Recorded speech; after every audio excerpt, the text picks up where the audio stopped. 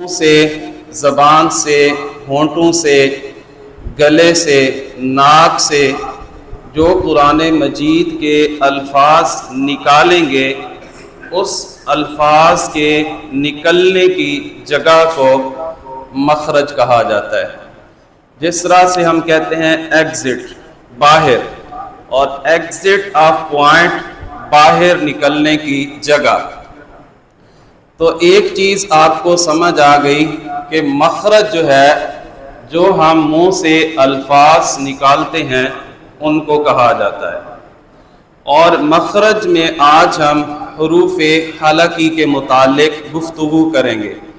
پہلا جو سوال ہے وہ حروف حلقی کیا ہوتے ہیں؟ دیکھیں، حروف حلقی جو ہیں، جو الفاظ ہمارے گلے سے ادا ہوتے ہیں، عربی کے اندر اس کو حلق کہتے ہیں، اردو کے اندر اس کو گلا کہتے ہیں، اور انگلش کے اندر اس کو تھروٹ کہتے ہیں۔ تو یہ تین ہی جو ہے، یہ جو ہمارا گلا ہے، اس گلے سے جو الفاظ ادا ہوتے ہیں انہیں حروف حلقی کہا جاتا ہے۔ دوسرا سوال کہ حروف حلقی کی تعداد کتنی ہے؟ حروف حلقی کی جو تعداد ہے وہ 6 ہے۔ تیسرا سوال، حروف حلقی کون کون سے ہیں؟ تو نمبر 1 حمزہ، نمبر 2 ہا، عین، ہا، غین، خا۔ یہ 6 حروف ہیں جنہیں ملا کر حروف حلقی کہا جاتا ہے۔ آج جو میں آپ کو سمجھانا چاہوں گا، اور ایک بات، یہ جو حلق ہے، اگلی بات، یہ جو حلق ہے اس کو 3 حصوں میں تقسیم کیا جاتا ہے۔ جو یہ اس حصے کے ساتھ ہوتا ہے اس کو ابتدائی حصہ کہا جاتا ہے، اور یہ جو درمیان والا حصہ ہے اس سے بھی الفاظ ادا ہوتے ہیں، نکلتے ہیں، اس کو درمیانی حصہ کہا جاتا ہے، اور یہ جو آخری حصہ جو سینے کے ساتھ ہے اس کو آخری حصہ کہا جاتا ہے۔ آج کی گفتگو میں آپ جو آخری حصہ گلے کا جو سینے کے ساتھ ہے اس سے جو لفظ ادا ہوتے ہیں وہ 2 لفظ ادا ہوتے ہیں، ایک حمزہ اور دوسرا ہا۔ اب حمزہ جو ہے یہ بھی 2 قسم کے ہیں، ایک حمزہ اس طرح کا اور ایک حمزہ اس طرح کا۔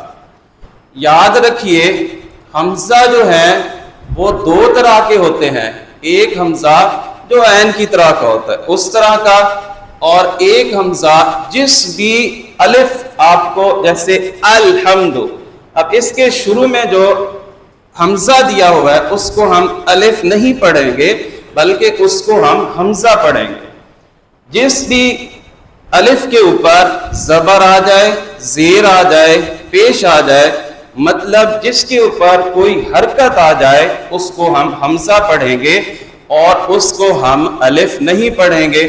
جس طرح آپ حضرات کہتے ہیں قالو انا للہ، یہ قالو واو کے آگے جو الف ہے اس کو ہم الف پڑھیں گے، اور الحمد جو الف کے ساتھ زبر ہے اس کو ہم حمزہ پڑھیں گے۔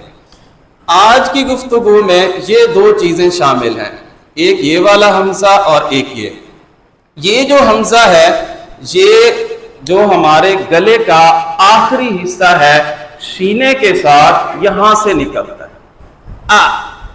اب اس کی جگہ کون سی ہے؟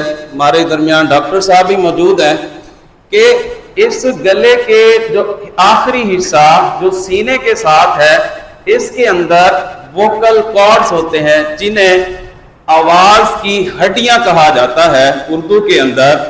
یہ آواز کی جو ہڈیاں ہیں ووکل کارڈز، یہ جب بند ہوتے ہیں تو اس وقت یہ آ ای او، یہ جو آواز ہوتی ہے آ ای او، یہ جو مخرج ہے صحیح ادا کرنے کا قرآن مجید کے اندر بھی موجود ہے کہ جب ووکل کارڈز جو آواز کی ہڈیاں ہیں وہ بند ہو جاتی ہیں، ان سے ہوا بالکل نہیں گزرتی ہے، تو اس وقت جو ا ای او جو آواز نکلتی ہے اس کو حمزہ ساکن کہا جاتا ہے۔